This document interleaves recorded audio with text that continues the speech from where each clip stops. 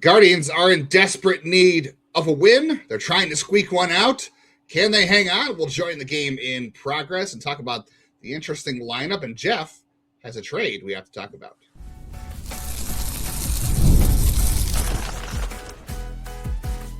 You are Locked On Guardians, your daily podcast on the Cleveland Guardians. Part of the Locked On Podcast Network, your team every day. Welcome into another episode of Locked On Guardians, your only daily Cleveland Guardians podcast that covers your team every single day for the majors, the minors, the draft, and everything in between. Win or lose, we show up. We put in the effort. You can always count on us. That's Jeff Ellis. I'm Justin Lada.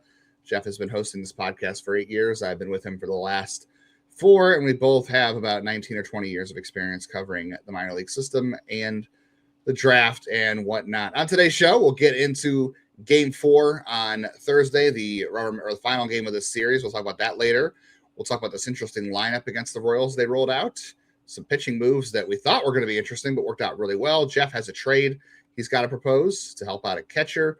Meanwhile, we join the game live in progress as Hunter Gaddis comes in to face Miguel Garcia, trying to hold on to a 3-1 lead. So we're going to hang on to our hats, hang on to our rear ends while this goes on. I got to say, I think we can say from Jurassic Park, hang on to your butts. I think that's, yes. I think that's family friendly, right? Was that Jeff Goldblum? Oh no, that's Samuel Jackson. Hold on to it when they turn the power back on. Yeah, that's right. Yeah, that's right. And Gaddis is getting ready to walk someone, which has been the problem for him since he returned. I don't understand this choice. I'm just going to say that. No. I know we got to, and he walked him. Garcia walks. Why? Your team just lost 3 in a row. You've got a guy who can't find the strike zone. Let's put him up against their best hitters. When you got this is idiotic. I mean, okay, this is idiotic. There's no way around it. This is idiotic. Who are you putting in right now, though? Not the guy who's gone out and hasn't recorded Okay, in his previous set outing. But we've already seen Festa. We've already seen Sabrowski. Holderman is not available tonight. You have Brogdon, Heron, and Paulette. Which one of those guys do you trust more than Hunter Gaddis? They're all the same to me right now. No, Gaddis can't find the strike zone with. Yeah, but you can't trust Paulette in this situation. You're going to trust Gaddis, who can't get any outs. I can't trust any of them in this situation. Honestly, the right thing to do. This is dumb because he's been insanely ineffective. It's not about who you can trust and you can't. And now you have a runner on for Bobby Witt, which is fantastic. Yeah, by so the the tying run because that's. You know what the right move might have been, Jeff? The right move. Okay, I shouldn't say the right. The hindsight move here would have been. I know it's not ideal to have a lefty and Sabrowski face Garcia and Witt and a bunch of righties. But honestly, if you're going to bring Gaddis into this game, if you feel like you have to, and Hedges challenged that pitch and it was wrong, so not great. I think they're out of challenges. And they have one left. Maybe you try to have Gaddis come in and face Nick Lofton, Elias Diaz, like the last inning. Maybe he faces the bottom of the order. Gaddis should have came in yesterday when the game was out of place. If you're gonna you give him. You save Festa. You don't bring him out when you bring him. If you need, you got to plan things better. This is just poor planning, and you can't. Gaddis this is his 3rd appearance, and he has given up a run every single time. And in 3 appearances, he's recorded 1 out. He's been sent out there with the thought that he should go an inning. He's recorded 1 out. Bobby Witt helped him out a little bit, so that's good. You got he's doubled his out total so far in 3 appearances. Yeah. I don't know. At the very least, if you're gonna use Gaddis today, I would have rather put him in a lower leverage situation, not the 8th inning with the 2-run game, and put him in against 7, 8, 9 of the order, and then not the top. This is dumb. I mean, that ball. There's no way around it. This is dumb. Also, I don't know what the other option would be. I'm trying to look. I mean, anything is better than the guy who can't find the strike zone. Can we talk about too that should David Fry be in right field in the 8th inning of a 2-run game where you definitely need. No, to win. He shouldn't. At this point, they need to have Quan and left and for defense, Petey in center and Angel and right. Yeah, they should have had Fry out of the game by now. Yes, this is. You're right. That's a good call. I didn't think about that. You're absolutely 100% right. You want to get your best outfield. To Fry's credit, he's played well in the outfield tonight. He's made a couple nice catches, so there is that. He still does not have much range. Yeah, no, it's still not great. So it's your best team is with Quan and left and Angel and right, and you got 3 guys who have really good metrics defensively. So yeah, they should have A, done that. You're absolutely right, and B,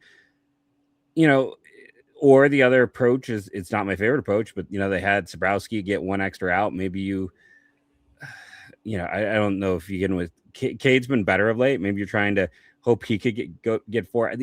Or like I said, you plan it better. You don't sit there and Cade could get 4 outs because he hasn't pitched since Friday. So in theory, this is a day where he can get 4 outs because he hasn't pitched for so long. I'm not going to jinx it. So I have something that I promise I will say no matter what happens in how this at bat turns out.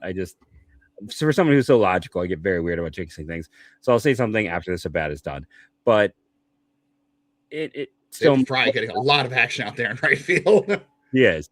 It worked out, but I was going to say maybe this is the right situation because Cags will expand. So the fact that he can't find the zone is a positive because the first pitch he did expand. He swung at a splitter out. And by the way, Hunter Gaddis is throwing that was right to David Fry, so it's fine. So Hunter Gaddis goes 1-2 in his inning. So it worked out good. So you can make fun of me, but I still think it's a bad call. You can make fun of my anger, but I stand by my logic. Yeah. I mean, the good news is, I think we're both glad to be wrong here, obviously, because the Guardians need that. Very much Hunter Gaddis needs that. The good thing is here, he gets 2 fly ball outs. Maybe you build some confidence back too. Also, when did Hunter Gaddis start throwing a splitter? Remember coming up in the minors, his changeup was his best pitch. Yeah. And now he doesn't throw it at all. Now he's throwing a splitter, which is a totally different pitch. I don't recall him ever having a splitter in the minors or even. He did not. No, he threw a changeup that had so much. It was like a Bugs Bunny changeup. Like it had so much fade and arm side movement that it was his best pitch. So very strange. I will say this too. I know. Well, I know he lost confidence in it last year, and maybe that's part of some of his struggles. I don't know. But let's say this for tonight, at least. The Guardians played a better fundamental game at the very least. They, of course, it was Chase DeLauder who had a hit with runners in scoring position early on. The 5th inning they really needed. Cantillo pitched well, even though he had 3 walks and just the 1 strikeout. And then that productive out in the 8th inning for the insurance run. 2 productive outs to get us there. Yeah. Thankfully, Jose's got 2 walks. He doesn't have a hit, but he's been on base twice, and he stole second, got to third on the fly out by Manzardo, which was productive. And then David Fry hit a ball hard enough to third base to score him that handcuffed Michael Garcia. So, they need it. They need to find a way to manufacture runs like this because the offense still didn't look good. And I'm not surprised because we'll talk about it in a little bit, but I didn't like the lineup they threw out on this day, to be honest. We'll debate it. I've got some my own little thoughts on but a better fundamental game overall at the very least. Yeah, it's you go through what happened in this game, and DeLauder has been on fire, and he continues to be that way. Jose finding ways to get on base, I'll take. Schneemann had my only question on that double was it felt like he wasn't thinking triple all the way. And sometimes if you start thinking double and you try to switch to triple, like for a team that's struggling, that's probably not a risk that's worth it. But Schneemann's been statistically the worst hitter on this team for the last week. So for him to come out and have the double, have the walk, those are nice signs for a guy who's been scuffling. And then, Petey, was that his first big league hit? No, he had a hit last year. It was his first hit I can't remember. First of the season, at least. He had a pretty ugly debut game. So it's nice to see him have that moment. We know the defense and speed are there. How about Austin Hedges, by the way? two steals? Oh, yeah, that was weird. I forgot that we had a Hedge, the double steal, right? Yeah. Oh, Hedges. I'm sorry. Hedges wasn't a steal. Did he get the second hit? Hedges, it was the double steal with him and Halpin, where Hedges went to third and Halpin went to second. So there's that 1 stolen base for him. How did Hedges get the second base, though, to start that? I can't remember off the top of my head now. I assume another productive out. I don't remember off the top of my head either. I can dig through and see, but no, he went to second on Halpin's single. Yeah. Yes. And then they did the double steal effectively, which was hilarious to see. You know what it was? They tried to bet. Martinez flashed a bunt, and they tried to back pick to second base, and they missed the tag at second base on Hedges on the back pick. And then at third, it looked like he might have been out, but the Royals were out of challenges, so it worked out in their favor on the double steal. They're leaving Hedges in here too, by the way, against the right-handed Royals reliever who's making his major league debut. interesting choice that they're sticking with Hedges here. I mean, he does they want the defense tonight. Yeah, you need the late game defense, absolutely. Even though we'll talk about this in a second, the Guardians catchers have some interesting numbers this year, and I know, Jeff, you've got a trade you want to pitch for the Guardians. Yeah, I don't know if people will like it. I think most won't, but it could be it would be an underrated move. It would be them doing something that's out of character, but I do see your angle on it. So Eric Citronola, you said, is the 72nd player in Mississippi State history to make the big leagues today. He's a Canadian kid, though, so I want to say. So it's a fun little story. Caden Bogdan. Oh, that's Missouri State. Missouri State. Yeah, that's where Drake Baldwin went. Drake Baldwin and Jake Berger, and Ryan Howard. Those are only three guys I could think of that made the big All right, league. Austin Hedges comes through with the base hit, so Rocchio goes to second. How about that? Yeah, nice and Rocchio's been struggling, so it was really nice to see him, just take the walk, take what was given to him. Yeah. Hedges, by the way, before this at bat, had an OPS over 800. I don't know if I've ever said those words in my entire life. I mean, and he's got 2 hits, a walk, a stolen base, and he threw a runner out tonight. We'll talk about that weird catcher stat. Jeff will pitch his trade. We got to debate the interesting lineup they threw out there. We'll keep moving as this game goes along. We'll talk about the bullpen. We'll get you prepared for Game 4 as well. So stick with us on Locked On Guardians. If you are experiencing workplace chaos, you have deadlines stacking up, your inbox overflowing, and if you have a position that's still open, you have to fill, the pressure is on, you need the right hire, and that is a job for Indeed Sponsored Jobs. It helps you reach people to actually fit what you're looking for, the skills, the experience, the location. So you're not just hoping the right candidate is going to stumble across your post. And the stat that says it all, in the minute we've been talking, companies like yours have made 27 hires on Indeed, according to Indeed data worldwide. So if you're hiring, you want to spend less time searching, less stress, get more results when you need to find the right person to cut through the chaos.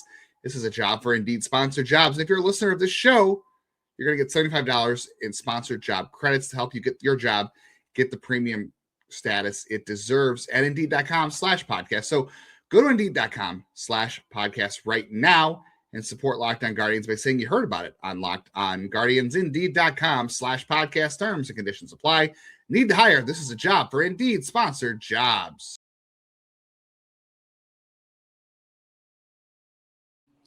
Thanks for tuning in to today's Locked On Guardians every single day. And if you're not an everydayer yet, you should check out the Everydayer Club because you get ad-free access to all of the episodes when it comes to the audio versions on all your favorite audio platforms.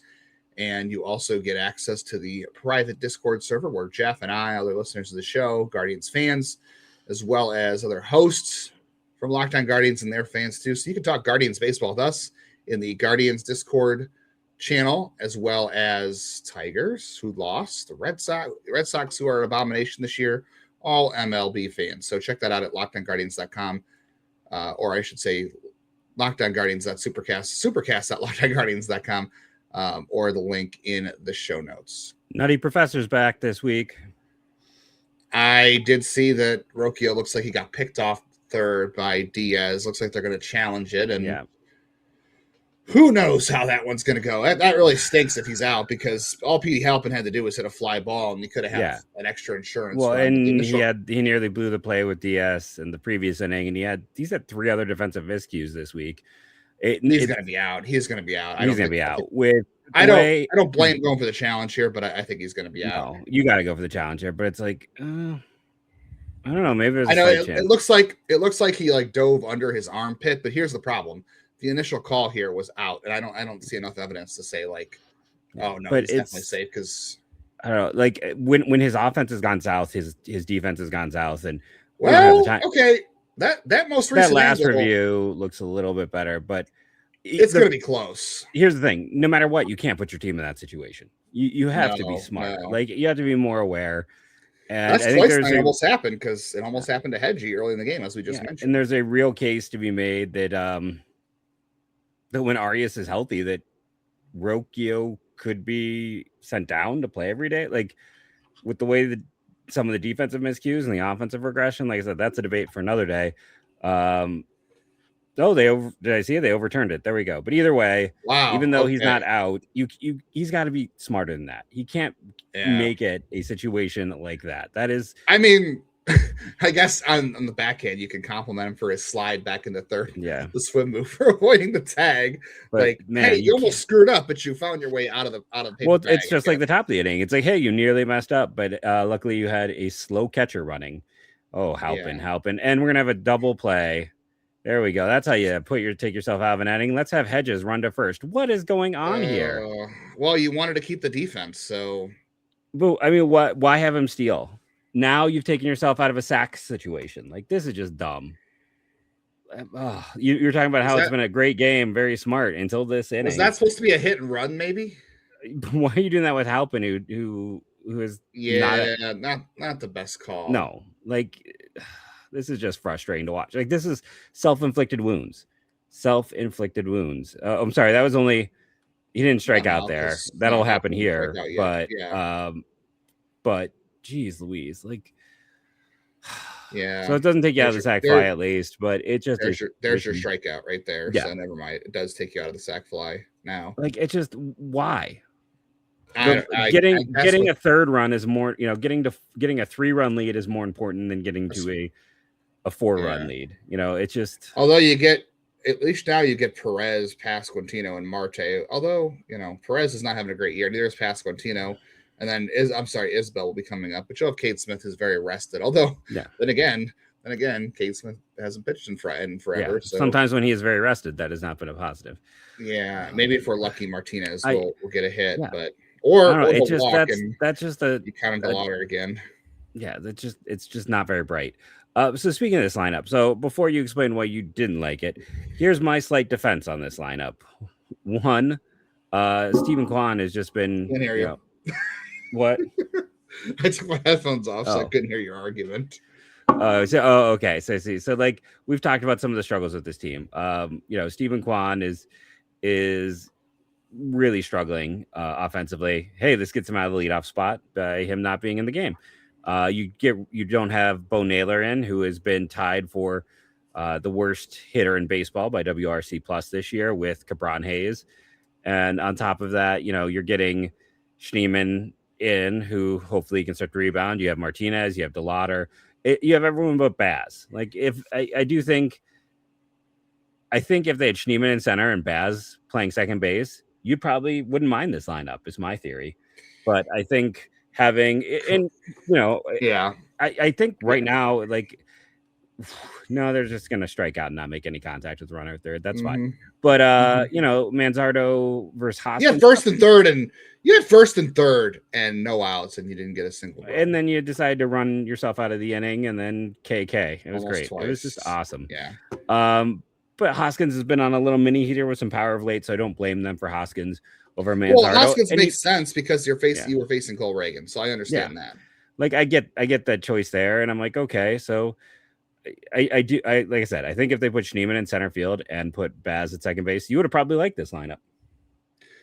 Yes, I don't like Martinez leading off. He had a hit and a walk tonight, which that's great, but to me, he's just not a leadoff hitter. The approach is too aggressive. I know he's fast, but there's no rule that says your left field or your center fielder has to lead off every game. Why do we do this? Like, this is all of baseball. I don't think it's just Cleveland. Like, I know it seems like it's just Cleveland that does this, but if you look all around baseball, every team does this. They're just like, we'll just put whoever's playing this position that normally leads off, he'll lead off. Everybody else stays in place. Like, obviously, Jose is always going to hit third because that's where he's most comfortable, even though right now it's not working, except for the 2 walks he drew and did get the insurance run. But your left fielder or center fielder doesn't have to lead off. Like, my God. Like, I would have rather had, like, obviously Bazan or DeLauder. Heck, I would have even had David Fry lead off before I had Angel Martinez lead off. Nah, see, I'd rather have Martinez than Fry. Fry has still got, he had the one hard hit ball, but he's still so dang inconsistent. But Fry is better against lefties historically. I mean, Martinez is. I don't know. Martinez was better last year, and he was. If you get rid of that 2 months where Fry was good, he's actually not been that great against anyone. So, I would rather have Martinez than Fry. Fry sees more pitches than Martinez. That's why, because Fry. He also clogs your base paths with the hitters behind him. Like, I'll disagree with you on that. Carlos Santana led off. Worked fine. Yeah, but he actually was good. Yes, he was good, but he was good and could get on base. David Fry doesn't get on base all that regularly, and he isn't good. So he also clogged your bases, though. I mean, I know Santana at the end of his career was a smart base runner, but he sure wasn't fast. So it's the same. I mean, it's one thing when you know you're gonna have a guy with a 400 on base percentage there, as opposed to a guy who may not be with this team, in a year and a half from now. Like, we're still not sure what he is. Yeah, I don't like leading off Martinez, and if you have Steeman in center and Baz at second, yes, the lineup looks a little bit better because I didn't like the decision. So Halpin in center field because Fry's in right to kind of cover maybe some shortcomings defensively. I get that. Obviously, Hedges was going to play. Yeah, I would have rather have had Bazan in the lineup, but I just don't like Martinez leading off. And Steeman's a great defensive center fielder, not as good as Halpin because Halpin's fantastic, but he's a great one, so he could cover as well. Yeah, I didn't expect this lineup to do a whole lot, to be honest, and I think 3 runs considering what they did tonight offensively. I mean, they only have 6 hits, and they've gotten on base 8, 10, 11. Oh, they got 12 base runners. They got a lot of decent amount of walks today. Yeah, they have 4, 5, 6 walks. 6 walks, 6 hits. Plus the error by Garcia that Jose was safe on. So they had 13 base runners. But they had 1 hit with runners in scoring position, and so the lineup did exactly what I thought they would do. I didn't like it when it came out, and this lineup is still what it is, even if you give Kwan a day off. All right, we got to talk more about catchers, and here we got a strikeout of Perez, but Vinny Pasquantino is going to reach base to make this interesting. Why not? All right, we'll talk more about the catching position, some weird stats. Jeff's got his trade. We'll talk about the pitching in this game. We'll also talk about Game 4 coming up if the Guardians can salvage this series on the rest of today's Locked On Guardians. Major League Baseball season's heating up, and the weather hopefully is not far behind, but you got expectations going to the game. You want to go watch those breakout rookies like Chase Slaughter, Travis Bazzana, and you want to go to those fun games throughout the year as the division race comes down to the wire. Or any event you go to, getting tickets can feel like a pain, right? You get surprise fees at checkout.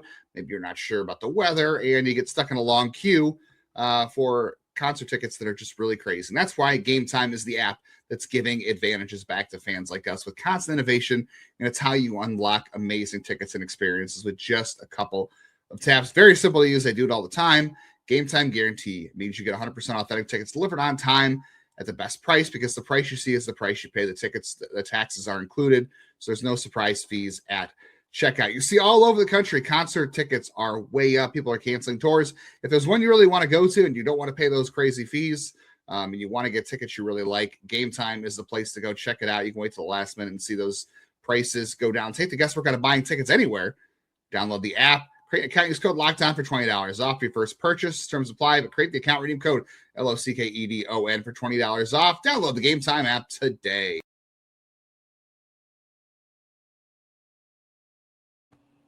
As always, we thank you for making Locked On Guardians part of your routine and talking about the Guardians every single day with us, win or lose, no matter what decisions they make or that we don't like, we do like, and whether or not they're frustrating. We are so close to 6,000 subscribers on YouTube. So if you haven't yet, we'd love if you subscribe there to get us to a nice round number, because everybody likes that. And you can also auto download on any audio platform. We're literally free everywhere.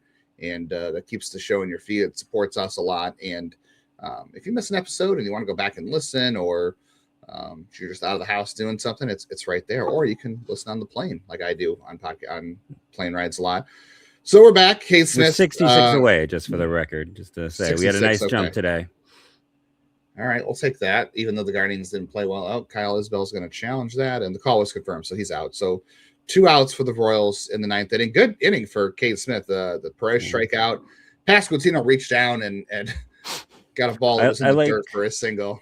I like right now, so because, I don't want to risk getting in trouble. I have the game with subtitles on, and according to subtitles, Kate Smith just had the second strikeout. Kate Smith, the singer of American the Beautiful, just had the big strikeout there, second of the inning. Yeah. I didn't know they signed them. That Pasquantino single was, of course, a 220 batting average. You got to love a single where a guy is on his knees. Yeah. It's just such an unusual thing, and it managed to find a hole. Pasquantino is a great hitter. Not surprised that he could make contact and be strong enough to get that out of the infield. just say that. Like sometimes you got to give credit in that situation. But yeah, should we talk about catching now? Yeah, we talk about catching. So I think this is on the broadcast the other night. So the Guardians, up until this game here on Wednesday, had 2 runners thrown out for the year. They were 2 for 32, 2 for 34. Hedges threw out 1 runner tonight and allowed a runner to steal. So that was his first caught stealing of the year as a catcher, which is unbelievable. So that makes them 3 for 36 this year. Great. As a defense, that's not great. Nobody seems to be. Looks like that's going to be the ball game. So the Guardians do manage to squeak out this win, thankfully. Bullpen holds the Royals to no runs. That's a good start. Looks like the game ended on a challenge. Challenge, right? They had 2 challenges here. I'll tell you what. Times it's Cleveland, yeah. He's not throwing a lot of runners out, but Austin Hedges has been a master of the ABS behind the plate. So I'll take that. Again, I know he got thrown out in the 8th inning stealing or the 9th inning stealing, but I'm just going to keep saying it again. Austin Hedges, every day he's hitting 311. He's hitting over 300 now. Yeah, I need Austin Hedges in the lineup 4 or 5 days a week. I don't think he physically can do that at his age, like with the wear and tear catcher. You got to find out. You got to find out. No, you can't, because then you don't have him late. So you can't play that game and then not. Jeff, he's 33. He's younger than both of us, Jeff. He is, but he's a catcher. Jose's 33 and he plays every day. We just did a whole deep dive last night about how many guys fall off a cliff at age 33. Catchers, there's a reason why Austin Hedges is not falling off the cliff. He's having the best season of his career. Dude, there are like no catchers who are his age who play a ton regularly. Like, it is a demanding position. And for a guy who has not done it, who has not conditioned his body to play a high amount of games, it's just not possible. It's fun to talk about. It's fun to consider. It's not feasible.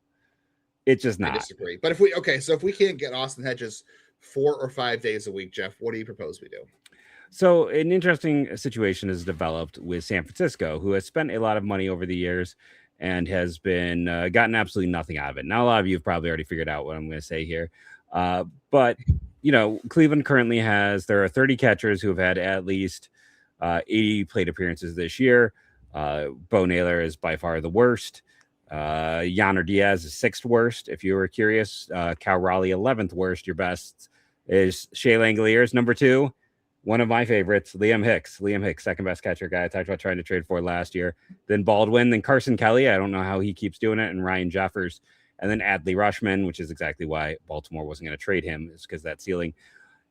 But a guy right now who intrigues me is a guy who's kind of lost his starting spot, and that's Patrick Bailey with San Francisco. Now, many of you are rightfully saying he's terrible offensively, and that's fair. He has a 72 WRC plus for his career. Bo's is an 81. So he's been roughly 9% worse than Bo Naylor over this time. The difference is this year he's 14% better. And I mean, he's been terrible. He's got a 20 WRC plus as opposed to Bo's 6, but he's also rocking a 190 BABIP, which is significant because unlike Bo, Patrick Bailey actually hits the ball pretty hard. So his BABIPs have been closer to like a 314, a 287, a 308. He is a guy who's been 290. So if he gets 100 more points, all of a sudden he's closer to a 252, 322. Terrible, but that's not why you're acquiring him. You're acquiring him because he's the best defensive catcher on the planet by a significant, significant amount. Like, this is a guy who has won the Platinum Glove. This is a guy who does it all behind the plate. So they're playing Jesus Rodriguez, some a catcher, Daniel Susac when he is healthy. They have committed to giving him some time, a catcher. Eric Haas is currently a backup catcher, though he won't be there when Susac comes back. And all of this has led to some, I read one article talking about maybe Bailey will get sent to the minors. And if he's going to be a guy that, because they have spent so much, Adames has been terrible. They can't send him down. They can't send down, Chapman. They can't send down a lot of these other players.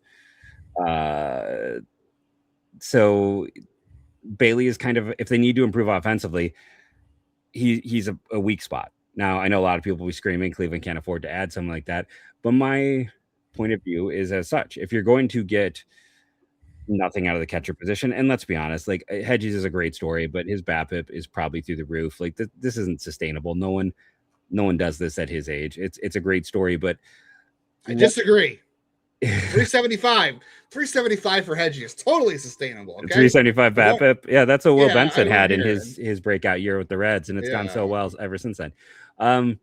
But to get back to it, it's just like, why not get the high end? Why not get the guy who calls a great game, who blocks everything, throws everyone out, and frames the crap out of the ball? Like, if you're already getting nothing at the position, why not get the newest version of Hedgie? Maybe the guy who's even better than Hedgie was defensively at peak, and especially because it's not going to be, I think, the priciest to acquire, because there is the issue with his offense. And I know someone out there is like, what about Cooper Engel? I'm not opposed to trying Cooper Engel at some point. That profile has never been successful, but hey, maybe he's the unicorn that makes it work because of how the extremes are in it. But the problem with Engel is there's also not the defense doesn't match. And with the way this staff is, like, we have seen how valuable it is to have Hedgie to call the games, to have that expert catcher. And I mean, I really see it. And Bailey's a switch hitter. He doesn't really have a split. I almost wish he did have a natural platoon split. Instead, he's just kind of equally weak against both. But I'm willing to, trade something smaller to get a great defensive catcher who, already has, I think he's already 2 years of service time. So it's 4 years of control. And because he's won all of those awards, even without the offense, he'll start to get expensive. And like I said, the Giants are locked in at so many positions. It's one of the few positions where they can try some other guys and maybe break in. It's not perfect. It's not ideal. Right now it looks like the best was last year when I was talking about when Miami is like, well, they've got Austin Ramirez, so let's try and trade for Liam Hicks. Now he's also rocking, and he's only got 286 BABIP. So yeah, they just missed the boat by not listening to me on Liam Hicks. But my newest digging deep on is Patrick Bailey. I don't think you could count as uncovering a multi-time Gold Glover, but let's try to buy at the nadir of his value. Do you just swap Bo Naylor for Hedges or for Bailey? I don't think they would want that. I think Naylor has options. If they're going to send someone to AAA, they could always send them to AAA. I think they're content with Rodriguez and Susac as a potential way to go. I don't think Naylor gives them enough offensive upside. I'd have to look at like what their bigger needs are, but I would imagine maybe it's something prospect wise, because this season looks like, in spite of the money they have spent, and that team has spent money over the years, they don't look like they're going anywhere. They're bad. They're in last place. They're 9 games out in the division with the biggest behemoth in baseball. So it feels like you could probably trade someone in the 10 to 20 range to get Bailey at this point. Like one guy from the 10 to 20 and one guy from the 20 to 30 range. It's you're giving them someone with offensive upside. Because they also, the weird thing with the Giants is they're just locked. Like I've talked about multiple times already. It's like they're locked in at so many positions. It's like, they're paying Lee, they're paying Devers, they're paying Chapman, they're paying Adames. So it's just they don't have a lot of spots they can go to and put guys in. Ramos has been solid. Luis Arraez is having a great season. That's worked out really well for them. Too. Yeah, like he is, and he's the only person with a lower bat speed than Quan, but he's hitting the launch angle sweet spot, which Quan isn't doing. Mm-hmm. He's hitting a bunch of line drives, and that's what Quan isn't doing this year. So it's like they're kind of stuck. So it's like, I don't know, if I look at this roster, it's like I don't know exactly what they'd want, but these teams have made trades. I think it was the old GM with Bresnahan, but that's a deal San Francisco won, so they should be willing to talk. Yeah, it was not. Maybe starting, maybe a far down starting pitching prospect. Like I don't know. It's like, are you willing to give up Hartle? No, not for Patrick Bailey. So DeLucia? It's like I would give him DeLucia. I don't think DeLucia gets you there. I mean, I think DeLucia is like a part B. I think you need an A and a B. I mean, I think Tugboat is at least interesting to them. But again, that feels like more the part B than the part A. Like you need someone kind of in that 10 to 20 range, and you're not willing to give up Gomez. George Valera. You got to clear a 40-man spot anyway. So I'll do George Valera, and then maybe Tugboat. That might be for Patrick Bailey. Although, I mean, if they're just going to send this guy to AAA, I don't know. We'll see. It's probably not going to happen. No, it's not going to happen. There's zero chance. Yeah, the Guardians are just not going to give up on Bo Naylor. No, and again, I said before, they're 11-3 when Hedges starts. Just saying, they're 11-3. Quickly before we get out of here, too, Joey Cantillo was really good. I thought it was interesting that Vogt pulled him in the 6th inning for the third time through the order to get for Garcia and Witt. I was like, oh, that's weird. He's only throwing 70 pitches. He only struck out one batter and he walked 3. So I kind of get it. I thought it was weird, but I kind of get it. And it worked out great because he had Festa versus Garcia, Witt, and Thomas, and he absolutely shoved against them. So good on Vogt and Festa. Sabrowski was electric. Gaddis, made it work. He had a walk, but he made it work. And then, hey, Cade Smith, 16 pitches, 3 strikeouts, and a seeing eye single. So last couple of outings for Cade Smith has been fantastic. Jeff, real quickly, do the Guardians salvage the series on Thursday? It is Seth Lugo and Slade Ciccone. No. I got to say the same thing. Probably no. Well, we'll see Stephen Kwan back at the top of the order. So enjoy that. Yep. It'll be an interesting game for sure. We will have you covered no matter what happens. And hey, I'll just keep sitting here and saying they're not going to do things since all night. I was wrong. Didn't think they're going to win this one. I don't know. I had a good feeling going in. I don't know why on this one. I was just like, Reagan's hasn't been great. So it turns out he's hurt. So not great. He could be done. But I'm. I was wrong about Gaddis. I was wrong about needing the insurance run. I was just wrong tonight. So I'm going to say they're definitely losing tomorrow because right now I'm batting 0. So let's keep that stretch going. Thank you all. And go Guardians.